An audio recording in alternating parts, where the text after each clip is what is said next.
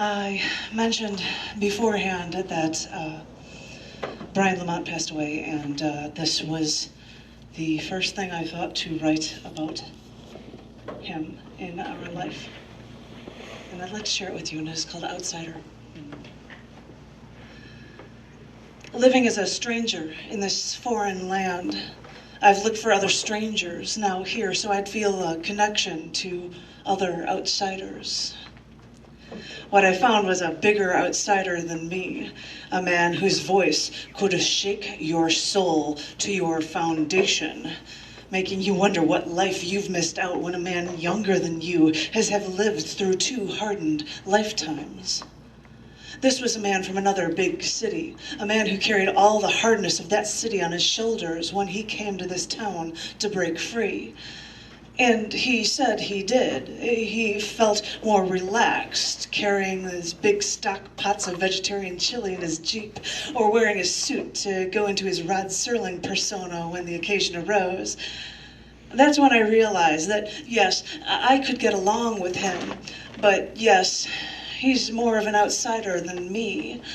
And I think that as much as he may have argued it, I think that was the way he wanted it to be. I thought I was an outsider, and I still think I am. But the stories he would perfectly tell about a life worth living through so far away from here, I think he knew that he couldn't survive in that world any longer. But in the back of his mind, he knew that he could never belong anyplace else. It breaks my heart that he couldn't remain.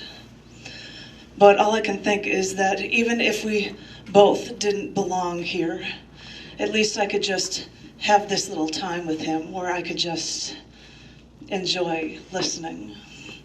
And maybe I wouldn't feel so alone.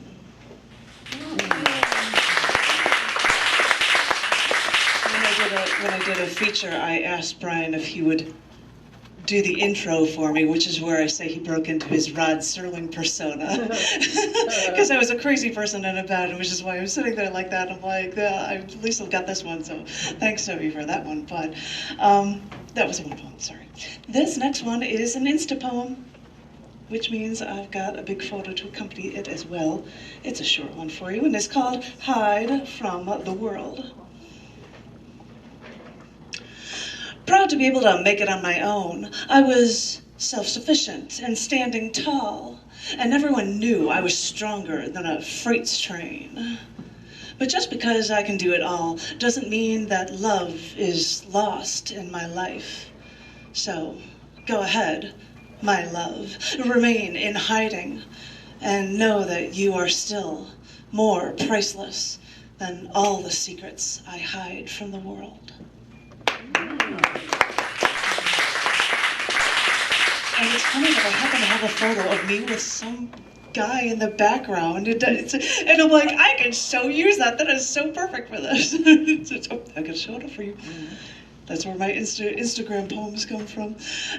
But this last one, I'm sorry, I have no photos to illustrate it. It's just a poem. And it is called Became a Circus.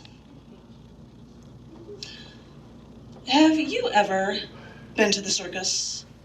Do you remember going to a carnival when you were a little kid, holding out of the hands of the obligatory supervisors, you know, if it wasn't your mommy or daddy, and sucking cotton candy spun on a stick? Think back. Do you remember seeing someone walking high on that tightrope, all without a net? Or do you remember seeing a man open a lion's mouth wide to hold his balding head inside? Think back.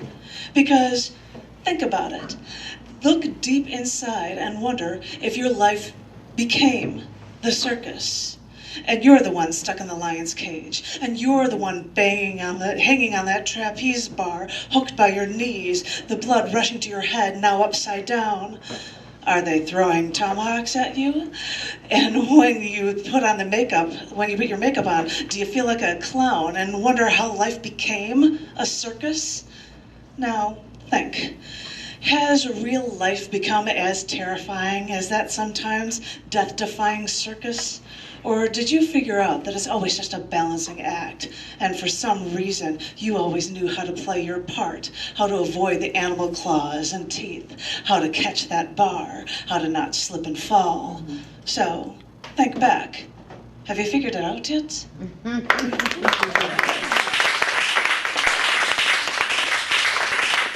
What happens when you set yourself a resolution to write a poem a day?